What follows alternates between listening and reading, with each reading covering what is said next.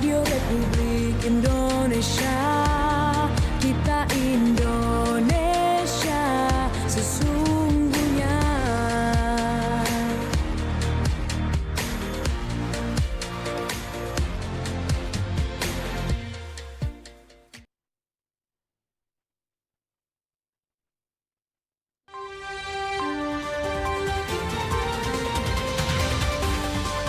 Sesaat lagi kita ikuti Warta Berita pukul 6 waktu Indonesia Barat.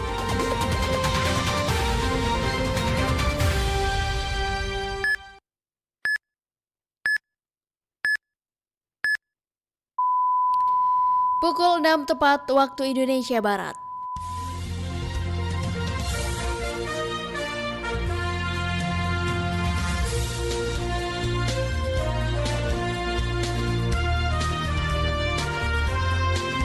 Dari Polres Cilegon saat ini tadi sudah dilaksanakan rapat koordinasi dengan stakeholder ya. Yang sudah terbit persetujuan bupatinya itu ada 7 lokasi. Kemudian di tahap kedua ini ada 15 lokasi.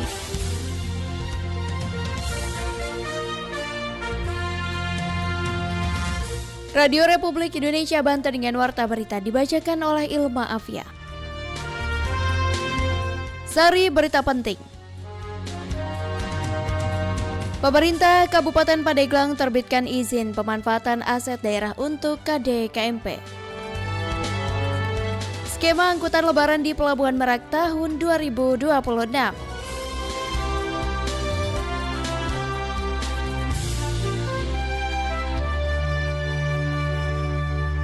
Berikut berita selengkapnya. Penjualan buah di Pasar Cirwas meningkat jelang Ramadan, namun kenaikan permintaan turut diikuti lonjakan harga sejumlah komoditas. Selengkapnya Fitria Aulia melaporkan. Sejak pagi lapak buah milik Ujang di Pasar Cirwas terlihat lebih ramai dari biasanya. Pembeli datang silih berganti mencari semangka, jeruk, dan apel untuk menu berbuka puasa. Ramadan memang selalu menjadi momen yang dinanti pedagang buah seperti Ujang.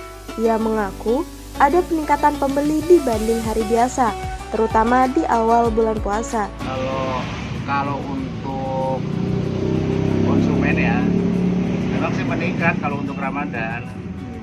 Ya alhamdulillah sih omset bertambah. Cuma dari segi harga ini pada naik. Kenaikan harga menjadi tantangan tersendiri. Hampir semua jenis buah mengalami lonjakan, kecuali pisang yang masih relatif stabil. Menurutnya, faktor cuaca menjadi penyebab utama. Hujan yang sering turun membuat pengiriman dari luar daerah terganggu. Pasokan yang tidak lancar berdampak pada harga jual di tingkat pedagang. Untuk menjaga stok tetap tersedia, Ujang mengambil pasokan dari berbagai daerah. Semangka didatangkan dari Jawa Tengah seperti Brebes dan Banyuwangi, serta dari Lampung dan sejumlah wilayah di Sumatera. Namun peningkatan omset saat ini tidak sebesar beberapa tahun lalu. Ujang mengenang, dulu ia bisa mendapatkan 7 juta hingga 8 juta rupiah per hari, kini rata-rata sekitar 2 juta karena persaingan pedagang semakin banyak. Selain itu, usaha buah memiliki resiko tinggi. Dalam 1 hingga 2 hari, buah bisa menyusut atau membusuk jika tidak segera terjual. Sejak berjualan pada 2011, Ujang sudah terbiasa menghadapi pasang surut usaha. Baginya, Ramadan tetap menjadi waktu yang memberi harapan, meski harus diimbangi dengan strategi agar tidak merugi. Dari Serang, Fitri Aulia melaporkan.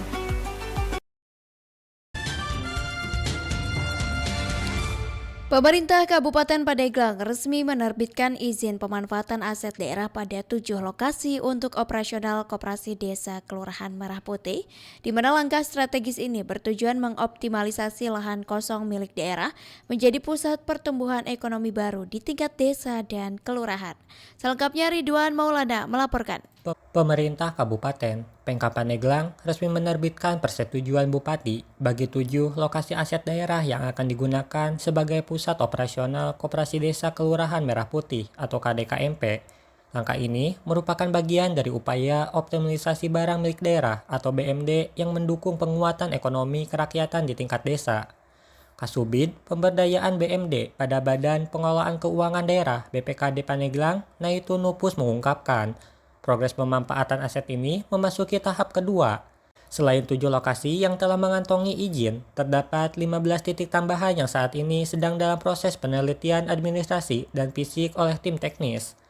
Menurutnya, belasan lokasi pada tahap kedua tersebut telah mencapai kesepakatan awal antara Satgas Kecamatan dengan organisasi perangkat daerah atau OPD terkait selaku pengguna barang.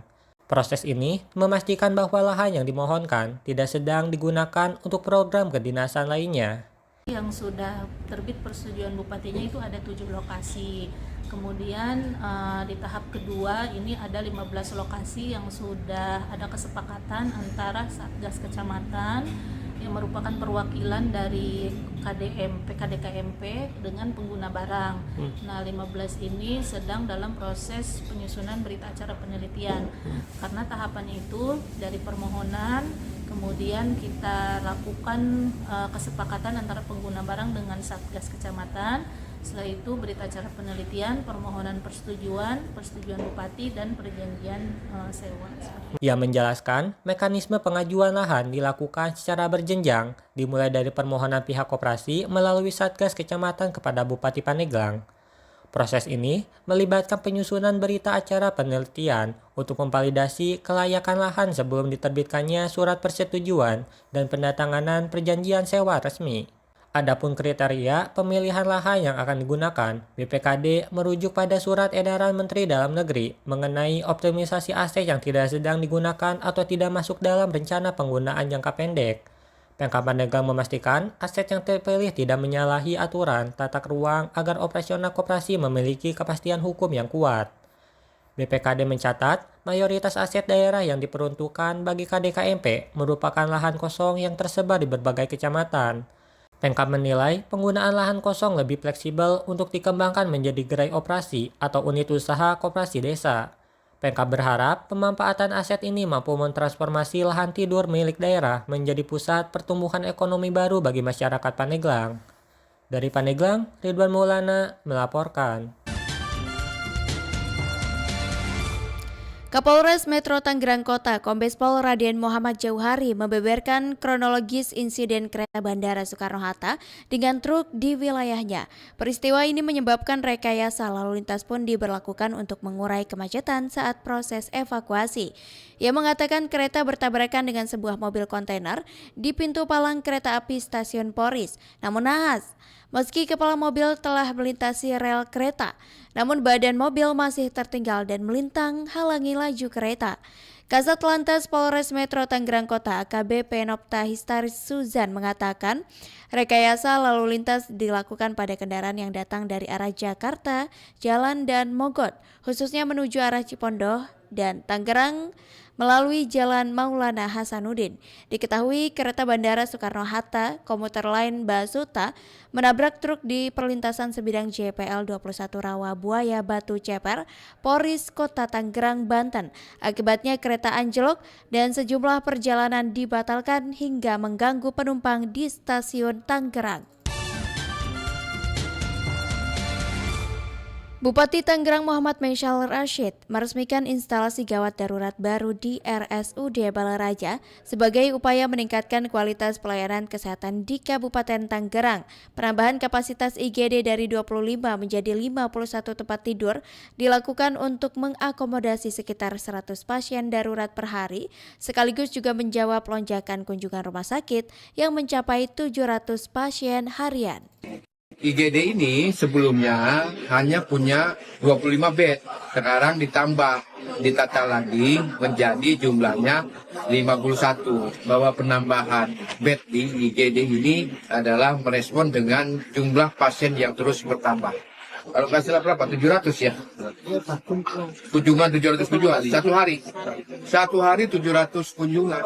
Jadi kalau misalkan dari 700 100 ke IGD, berarti kan kita harus respon.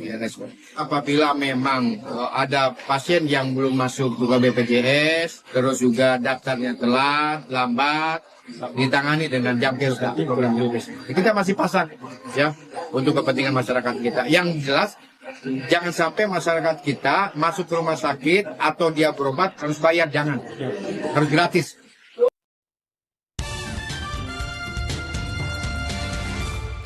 Skema angkutan lebaran di Pelabuhan Merak tahun 2026 seperti apa? Berikut Rohmanuddin melaporkan. Kementerian Perhubungan Republik Indonesia akan memberlakukan pembatasan operasional angkutan barang selama masa angkutan Lebaran Idul Fitri 2026. Kebijakan ini berlaku mulai 13 Maret hingga 29 Maret 2026. Menanggapi hal tersebut, Satlantas Polres Cilegon mulai melakukan persiapan skema penyeberangan untuk angkutan Lebaran atau Angleb 2026. Skema pengangkutan angkutan Lebaran di wilayah hukum Polres Cilegon akan dilakukan berdasarkan surat keputusan bersama atau SKB tentang pengaturan lalu lintas, jalan, serta penyeberangan selama masa arus mudik dan balik angkutan Lebaran Idul Fitri 2026. SKB tersebut bernomor .2 KPDRJD 854 tahun 2026. Kepala Satuan Lalu Lintas atau Kasat Lantas Polres Cilegon, AKP Ridwan, mengaku sudah melakukan rapat koordinasi dengan sejumlah stakeholder terkait, baik di Kota Cilegon, provinsi maupun pusat. Hal itu dilakukan lantaran Kota Cilegon merupakan wilayah yang akan dilalui pemudik dari Pulau Jawa, Pulau Sumatera maupun sebaliknya, sehingga perlu dilakukan skema khusus untuk pengaturan lalu lintas agar tidak terjadi kepadatan kendaraan pada saat angkutan Lebaran nanti. Dari Polres Cilegon saat ini tadi sudah dilaksanakan rapat koordinasi dengan stakeholder ya untuk bagaimana menerapkan terkait dengan SKB yang telah ditandatangani agar bisa berjalan lancar. Bagaimana di Merak itu lancar, di Ciwandan bisa lancar, dan begitu juga di BBJ. Nanti akan dilakukan sosialisasi kepada seluruh pemangku kepentingan agar mengetahui terkait dengan larangan jam operasional, khususnya sumbu 3 dan barang-barang lain yang tidak diperbolehkan untuk menyeberang selama Selain menyiapkan skema pengaturan lalu lintas, AKP Ridwan mengaku akan meningkatkan kegiatan sosialisasi kepada pengusaha angkutan barang terkait larangan jam operasional truk selama angkutan Lebaran tersebut. Dari Kota Cilegon, Banten, Rohmanuddin melaporkan. Beralih ke informasi olahraga, Pergiar PBVSI Kota Serang menaruh perhatian besar pada proses seleksi dan pembinaan atlet muda menjelang Popda Banten ke-12 di Kota Cilegon. Selengkapnya Bahtiara Hadi melaporkan.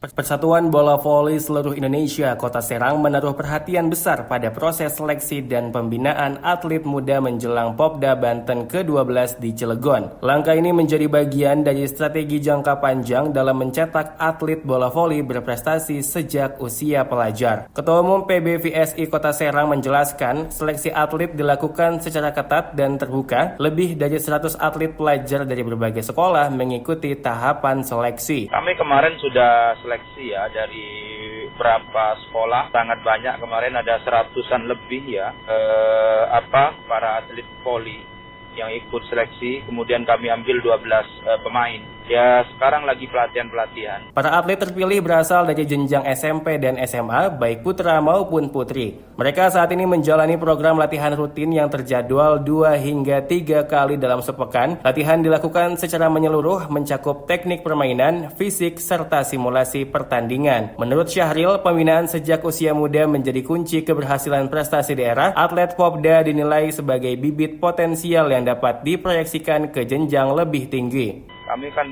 pemainnya jadi SMP, SMA ya. Ini bibit-bibit bagus untuk kemudian nanti pada pekan olahraga berikutnya yang lebih tinggi di tingkat Porprov ya. Kompetisi Popda ini yang akan dilakukan oleh Provinsi Banten yang di Cilegon ini, kami jauh-jauh memang sudah menyiapkan, memaksimalkan seleksi dan menjaring para pemain-pemain yang bagus, bibit-bibit yang bagus untuk kita siapkan.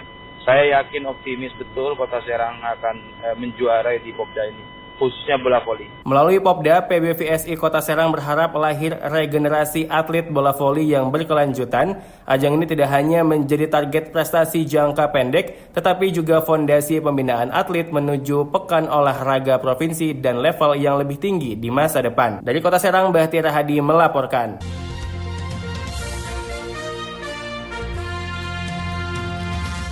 Sekian warta berita saat ini.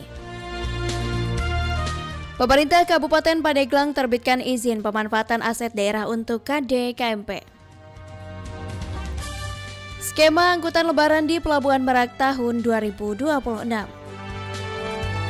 Itulah berita yang sudah kami udarakan pada pagi hari ini. Berita selanjutnya akan disampaikan sore nanti pukul 16 waktu Indonesia Barat. Dan informasi ini juga dapat Anda baca di portal berita rri.co.id dan mengakses RRI Digital.